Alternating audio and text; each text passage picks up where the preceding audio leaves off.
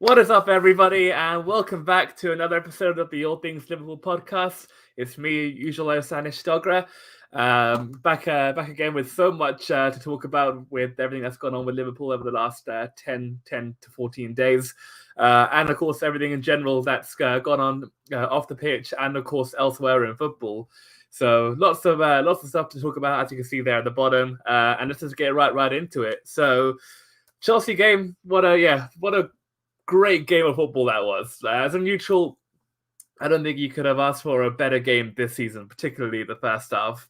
You know, it was goals, excitement, contentious decisions, quality strikes from both sides, and it was a really great game. Um, and going into the match, of course, we had a couple of problems in terms of availability for squad.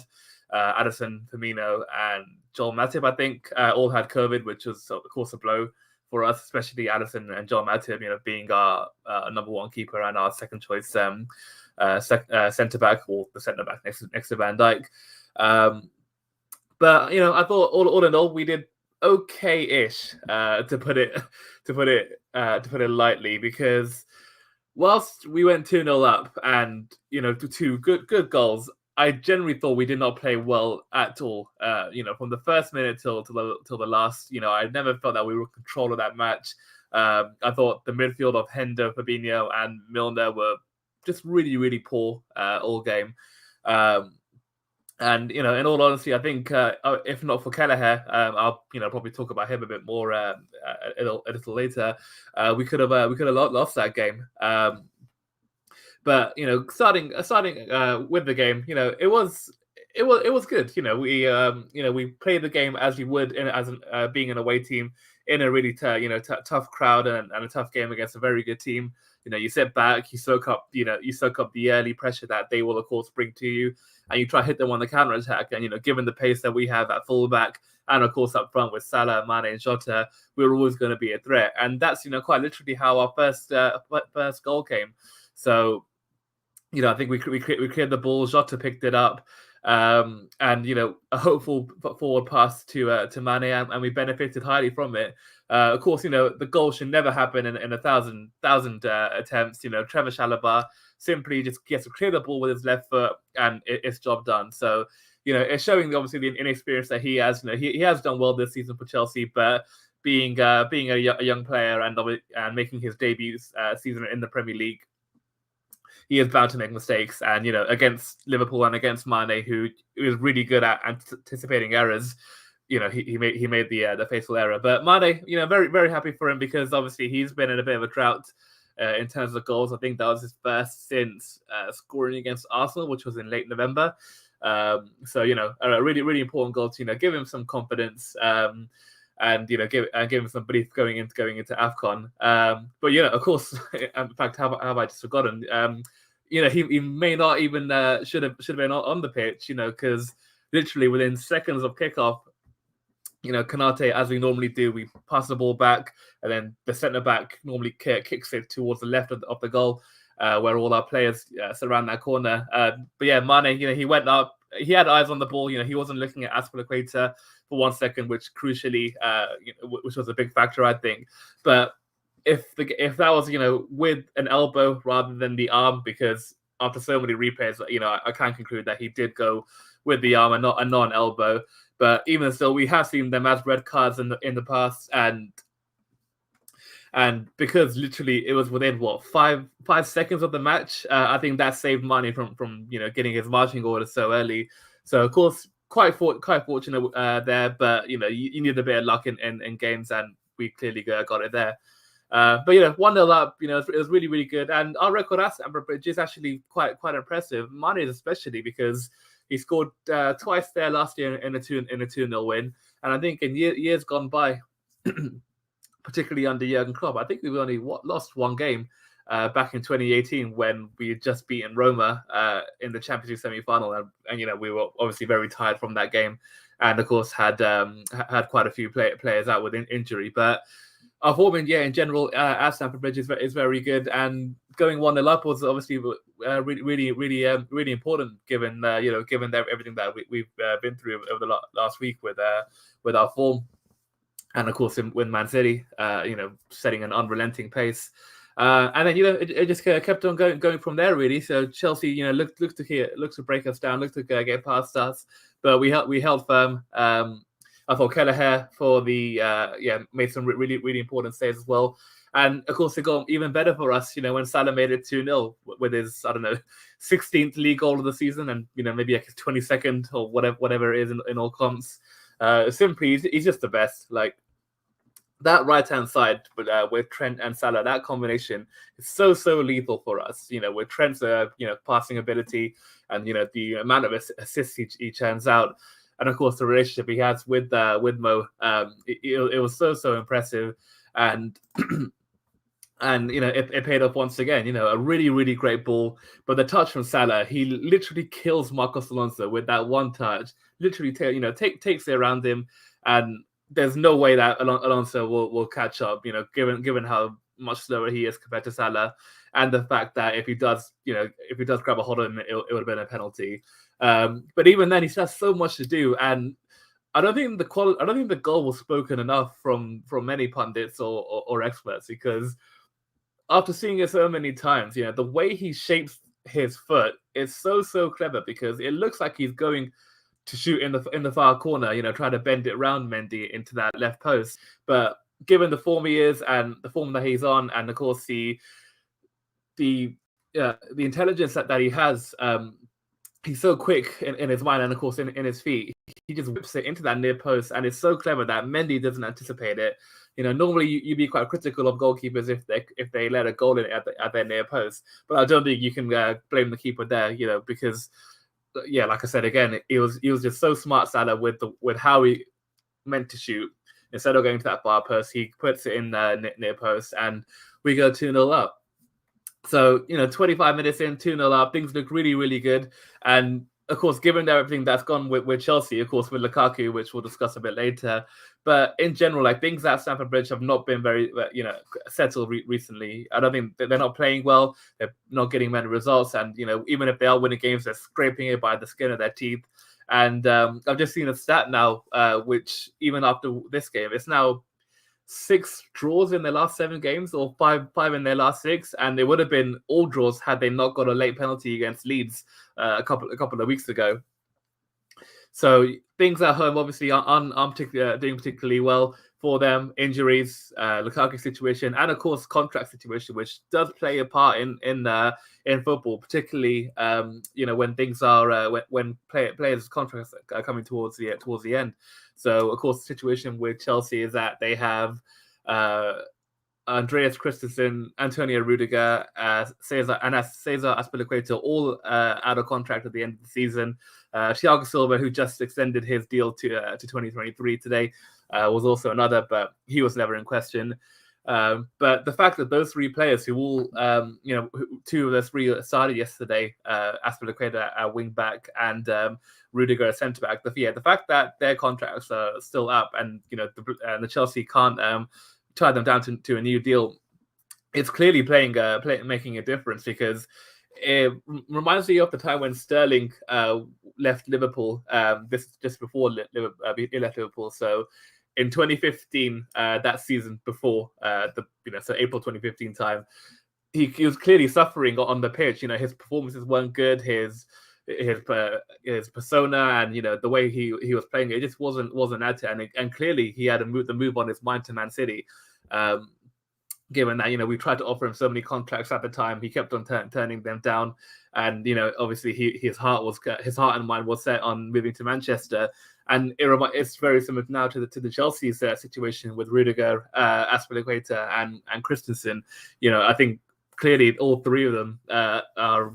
Well, I wouldn't say clearly, but definitely Rudiger and Azpilicueta are up for are pretty much on the way out, in my opinion. Rudiger obviously wants a lot of money from Chelsea, who don't believe he's worth that much. And Azpilicueta, I'm not quite sure what the deal is, but I have heard so many rumors that he's going to Barcelona as well. And then Rudiger, he's been linked back to Bayern Munich. I think he's been linked with Real Madrid, PSG as well. So options for him are unlimited. But going back to the game, that's where it makes it very, very annoying. The fact that we were 2-0 up, the atmosphere in Chelsea was not really good. The fans were definitely turning against the players.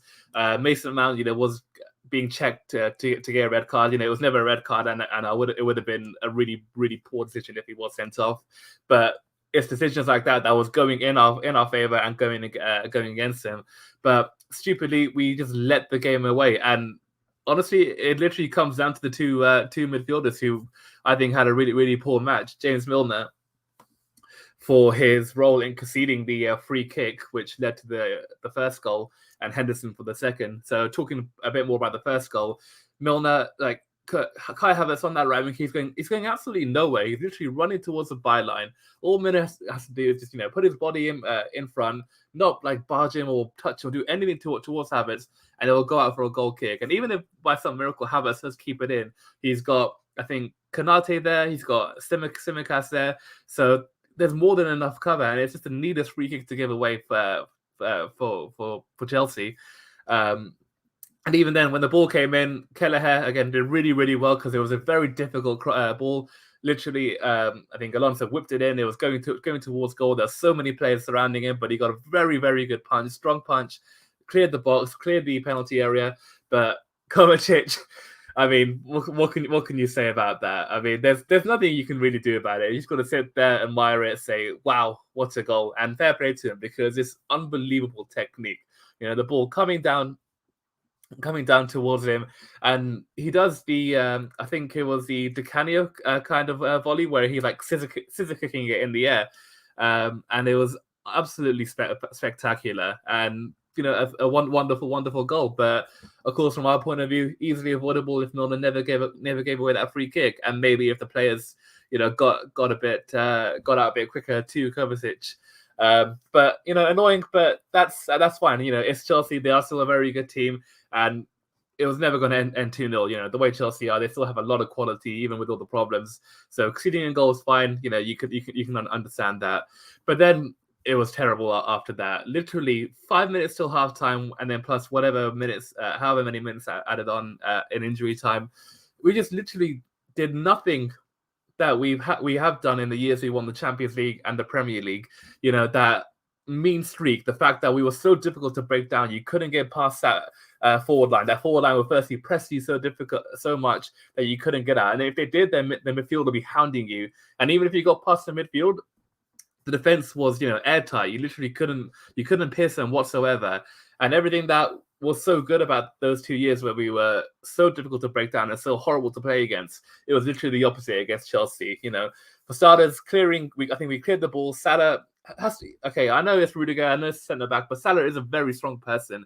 I mean, we all saw the goal he scored against Man City where he literally just like mustered off 2 or 3 of the City defenders. I think Rodri was one of them as well. So Rodri is obviously a big, strong person. So Salah in the first instance has to be stronger to try and keep the ball, and then when the ball goes forward, I'm not sure what Henderson or I can't remember who the second player is who goes in, but towards Kante. In fact, I think it's Kanate. He's a little bit further forward, so rather than dropping back and not hitting that space, he decides to push up and try to press Kante, who was who's too clever for him. But then again, after that, Henderson he just needs to react. As soon as the ball is played over Kanate, he has to think immediately, danger. Okay, my centre back has vacated the space. Let me go in and cover him. But he's jogging for at least like 5 seconds, and whilst 5 seconds is not a lot of time in the Premier League and in football in general, that makes a difference. And by the time Henderson realizes, it's far too late. And then even then defensively, Van Dijk just come over because there's 2 defenders outside. There's Tsimikas there. There's one other Chelsea player there. So Tsimikas comes over, Van Dijk comes over. You snuff out another. You have another opportunity to snuff out the chance, but you don't do that. And Pulisic, fair play to him. It was a very, very good goal, and we absolutely blew it again. And that's something as well that we should probably talk about. The alarming rate of how we're conceding so many goals. But in terms of the game, obviously the second half it kept on going. I thought we were a little bit better. We had a bit more control in the second half. The arrival of Naby Keita was much needed, and he for me has to start on Thursday. I don't think we can ever have a midfield of Hender, Milner, and Fabinho again. As much as I love James Milner, and he's been absolutely wonderful for us, I think he is now clearly showing his age. You know, I'm not quite sure how old he is, but I think he's 35, might be turning 36 very soon. So I think it is time for him to move on. Or to become a big part player. He should definitely never be playing in these massive matches. But Keita, he did well when he came on. Obviously, he had a decent cameo. I thought he got on the ball. He looked composed, played clever passes, made the 1-2s. His movement was good as well. So a little bit better in the second half. And things obviously can't calm down as well. And of course, it was quite annoying that we didn't get the 3 points, even conceding 2 goals and blowing the lead. I thought Mendy was fantastic. He's been one of Chelsea's, if not Chelsea's best player this season with the saves he's making. You know, the one he made from Salah was unbelievable. The shot, of course, was outstanding. You wouldn't expect anything else. And then he made another good save from Mane as well. So Mendy, fair play to him, made some very good saves. And I think in the end, probably the draw was a fair result because Chelsea, again, did have some good chances. And then I think that's probably a good point where we can discuss Kelleher because, coming in for Alisson, who is, obviously one of the best goalkeepers in the world, maybe top 3, Brazil's number 1. I thought he was absolutely fantastic. And it's really reassuring to know that whenever Alisson is out again with either injury or COVID or whatever other reasons, it's very reassuring to know that we got a very good backup there. Before when it was 0-0, Mason Mount had an unbelievable chance. Literally, he just had to round the keeper. Could have done about 5 things. Like I think he could have chipped it. He could have squared it to his teammate. But Kelleher, clearly learning from Alisson, he stayed on his feet as long as he possibly could. He never dived, and he made a fantastic touch to prevent Mount from making it 1-0 so early on. And then again, he made some good saves in the match as well, and a very good save in the second half. I think it was Pulisic again. I think he stole in ahead of the marker, and again, Kelleher very quick to react, strong hands, and was very reassuring. So very pleased for him, and the future definitely does look good. Just hopefully we can obviously keep hold of him as much as possible because signing a number 2 goalkeeper is hard to find. Obviously, when you're a young keeper, you do have aspirations of becoming a number 1 eventually. Or if you do have a second choice keeper, you end up with someone with like Adrian or a veteran goalkeeper who aren't very good and probably aren't that quick to react anymore. So fair play to him, very very good stuff. I don't think Alisson will be back for the Arsenal game, so another chance for Kelleher to impress, and hopefully it'll go well for him. So the Chelsea game, very good game overall, but sadly that is another big advantage to Man City, who are just unbelievable right now. I think that's 11 straight wins in the Premier League, and they just don't look like slowing down anytime soon. I think in the current state of play, I think we're 11 points behind them with a game in hand, so could make that to 8 points, and Chelsea are 10 points behind them because they're a point ahead of us. But it's looking very very good for them. But with that said, I still do have some hope for the title, of course, which we'll discuss a little bit later. But now, after the Chelsea game, that's over. So no Salah and no Mane now for the next month. They've both headed off for the Africa Cup of Nations. Salah's teamed up with Egypt and hoping for glory with them. Mane with Senegal and hoping for the same success. So good luck to the both of them. And the reason why I think that it could actually be a good thing for Liverpool is based on the fact about our defensive record. So, of course, it was very evident against Chelsea, conceding the 2 goals and the 2 sloppy goals. But it's been on show for many, many times this season. If we're looking back to the beginning of the season, I think we had some clean sheets to start with, which was very good. But the Brentford game was the one that really struck me. We conceded 3 goals that we would usually concede under the Brendan Rodgers era, where we were so vulnerable from set pieces, from high balls, and then the first couple of years under Jurgen Klopp. But it's continued to be the case every so often, and that game was an anomaly because the goals he conceded were like set piece goals and high balls, which we don't often concede. But what's been more alarming in the game since where we dropped points comes down to the midfield. Now, I don't know what's happened to the guys this season. When we've had our first choice midfield out of Fabinho, Hendo, Thiago, it's very, very good. Thiago especially, he gives that control in midfield, that experience, that know-how. Of course, he's one of the best players in the world, won so much with Bayern Munich.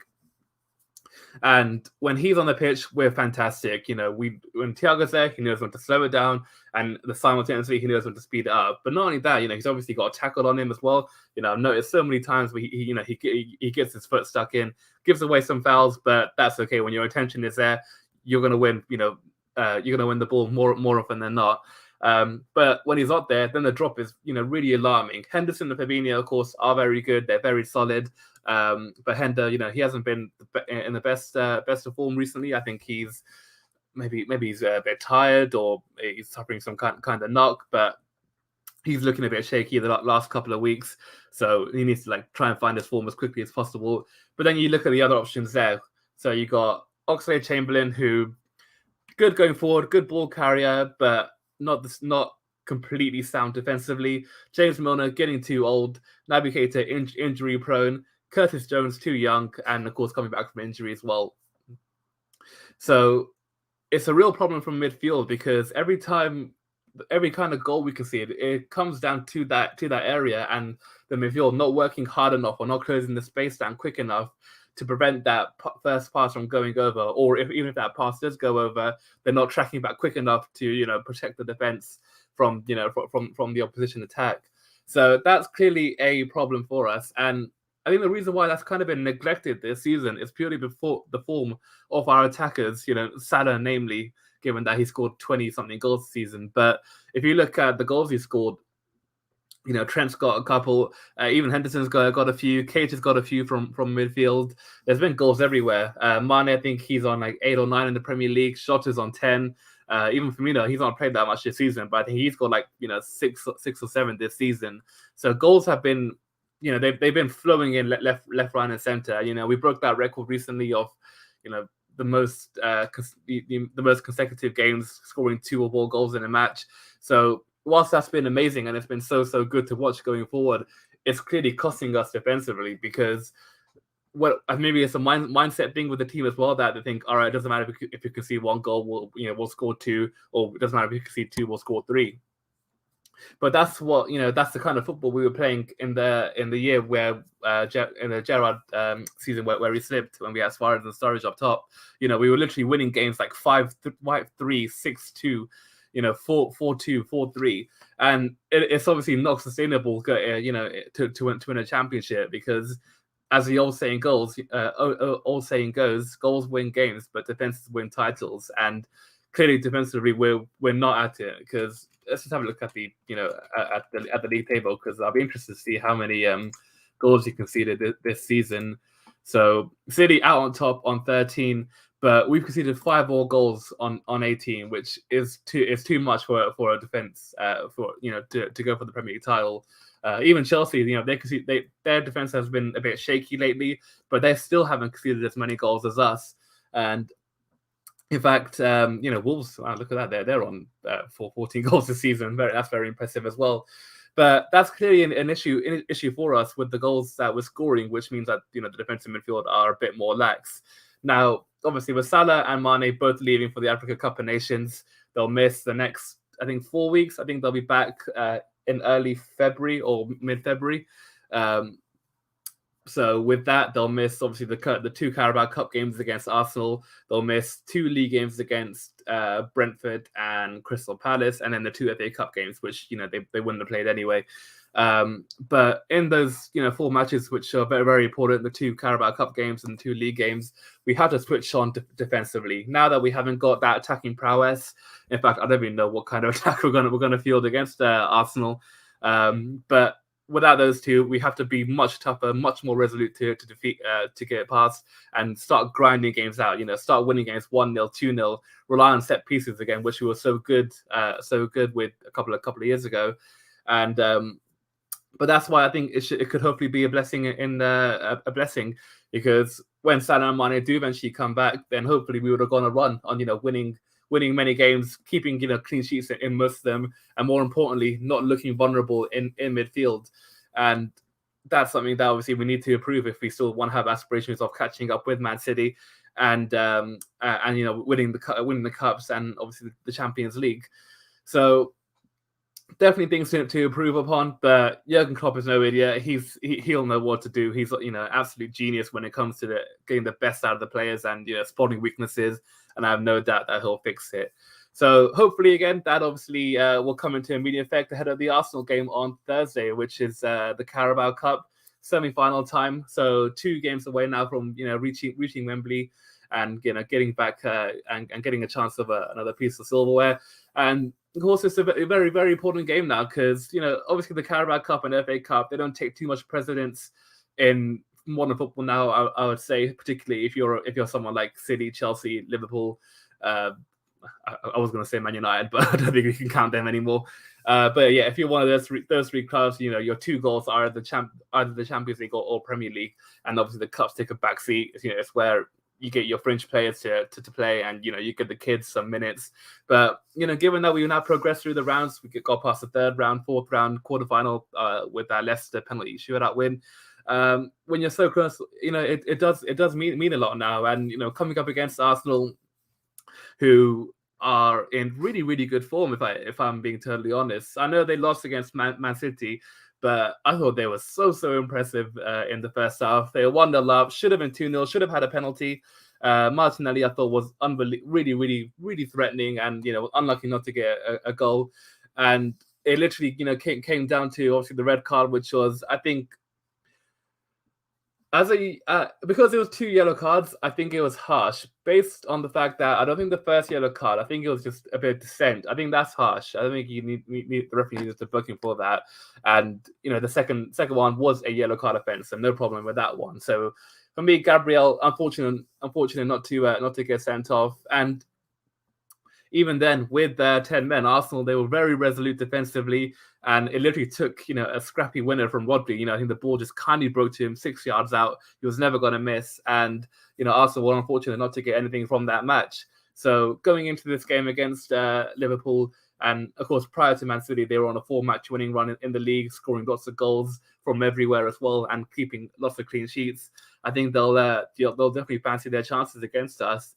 But like I said before, we just have to look after ourselves, do the things that we know we can do, and we'll win most games because we are still a very, very good team. I know our form of late has not shown that, but form is temporary, class is permanent, as they say.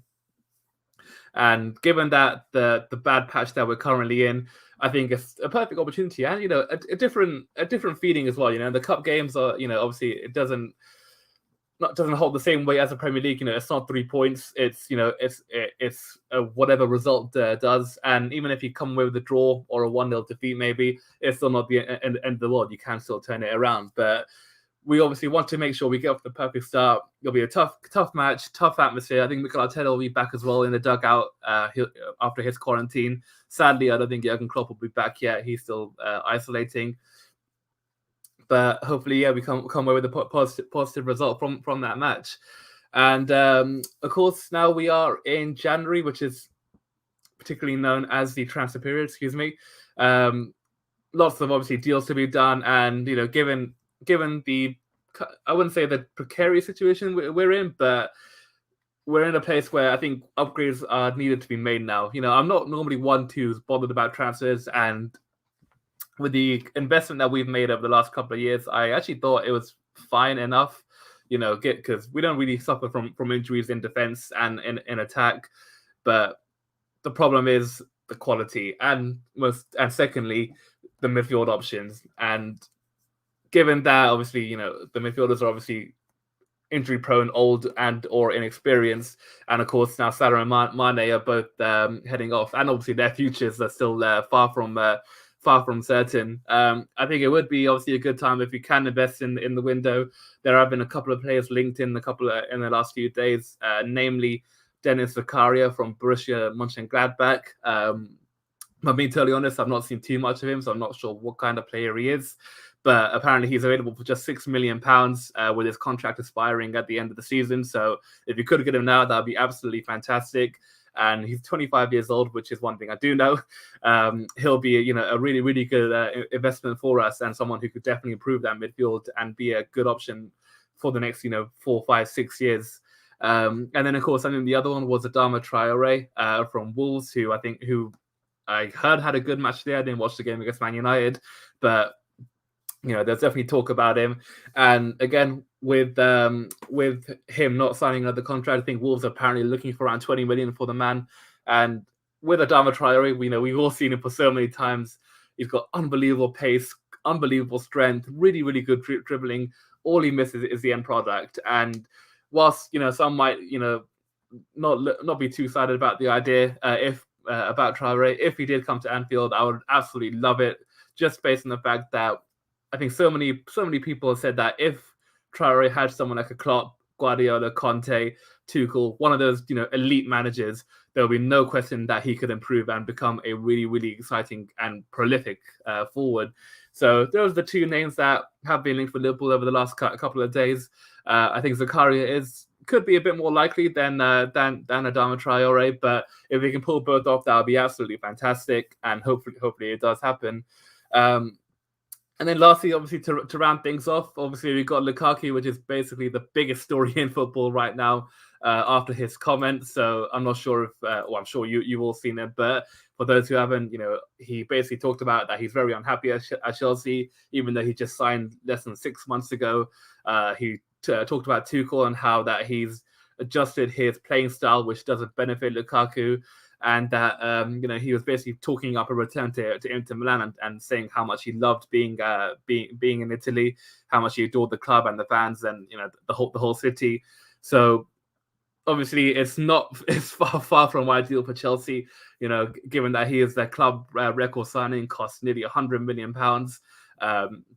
5-year deal, I think it's worth £60 million, the entire length of the contract. And he goes out and says those comments. So from what I've been reading as well, I think he revealed to Tim Howard, who he used to play with at Everton, that he'll be having a meeting with Chelsea today. So that I'm sure that's taken place now. So we'll wait to see what's been said in that interview. Hopefully that news comes out in the next 24 to 48 hours. But of course, not good news for Chelsea. And we'll just see how it goes from there. But of course, there is obviously options there in the transfer market. Maybe potentially, of course, it seems quite wild, but they could potentially do a deal with Dortmund for Erling Haaland. The Dortmund striker is probably almost certain to leave the club next summer. He's got a release clause of 75 million euros, which is about 60 million pounds, and that's an absolute steal for someone like him who could become the man to replace Messi and Ronaldo and be that next best thing in football. So maybe it's something that could happen there. Seems unrealistic, but Lukaku's comments also came out of the blue. So who knows in football, right? Absolutely crazy game. But anyway, that's all we've got for today, guys. I hope you all enjoyed this extensive podcast. We'll be back again probably sometime next week as well to talk about the Arsenal game, and maybe we'll talk about the FA Cup game. It's just against Shrewsbury, and we will be playing the kids, and of course previewing the second leg. So hope you all enjoyed this. We'll see you all next time, and have a good one. Bye.